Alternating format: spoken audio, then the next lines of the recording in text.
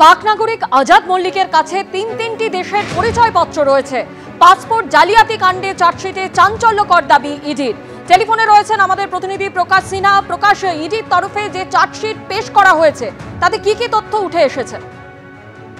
না দেখো, তুমি জানো যে ইডির তরফে চার্জশিট পেশ করা হয়েছে আজাদ মল্লিক, যাকে বাংলাদেশের অভিযোগে গ্রেফতার করা হয় এবং পরে ইডির তরফে দাবি করা হয় যে সে একজন পাকিস্তানের নাগরিক।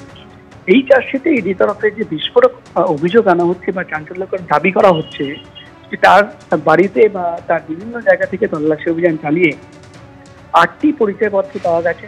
তার মধ্যে 3টি দেশের পরিচয়পত্র রয়েছে। পাকিস্তান, আমাদের দেশে রয়েছে, ভারতের রয়েছে এবং বাংলাদেশের রয়েছে।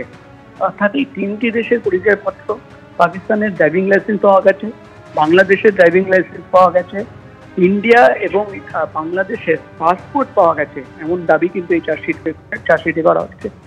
এবং তুমি জানো ইডির তরফে আগেই যেটা দাবি করা হয়েছিল যে 2টো ভোটার কার্ড তার কাছ থেকে পাওয়া গেছিল, প্যান কার্ড, আধার কার্ড।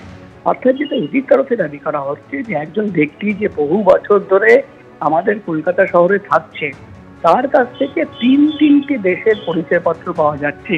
এই সমস্ত পরিচয়পত্র কোথায় থেকে আসলো, পাকিস্তানের করাচির অ্যাড্রেস দিয়ে ড্রাইভিং লাইসেন্স কোথায় থেকে আসলো এবং কি উদ্দেশ্যে 3টি দেশের পরিচয়পত্র নিজের কাছে রেখেছিল, কেন তার কাছে বাংলাদেশ এবং ভারতের পাসপোর্ট ছিল, এই সমস্ত তথ্য সামনে রেখে আগামী দিনে ইডি আধিকারিকরা তদন্ত চালিয়ে যাবেন।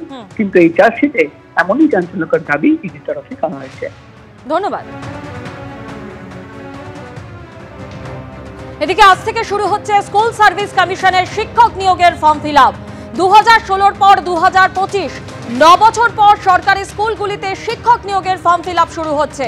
এই ঘোষণা আগেই করেছিলেন মুখ্যমন্ত্রী।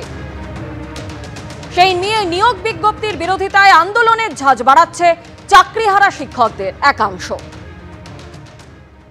যারা অনলাইনে অ্যাপ্লিকেশন করতে পারবেন 16 জুন পর্যন্ত, last date of online application 14 July করা হয়েছে। আমরা কেউ ফর্ম ফিল আপে অংশগ্রহণ করব না, এটা আমাদের দৃঢ় প্রতিজ্ঞ।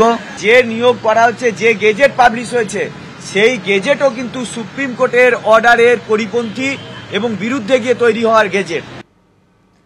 আর এই আবহেই সোমবারই জোড়া কর্মসূচির ঘোষণা করেছেন আন্দোলনকারী শিক্ষকরা। চাকরিহারা শিক্ষকদের একাংশ বিধানসভা অভিযানে ডাক দিয়েছে। পাশাপাশি শিক্ষামন্ত্রী ব্রাত্য বসুকে চিঠি দিতে চলেছেন চাকরিহারাদের অপর একটি প্রতিনিধি দল। এদিকে এদিন অসুস্থ হয়ে পড়েন আরও একজন অনশনকারী, নাম অনির্বাণ সাহা।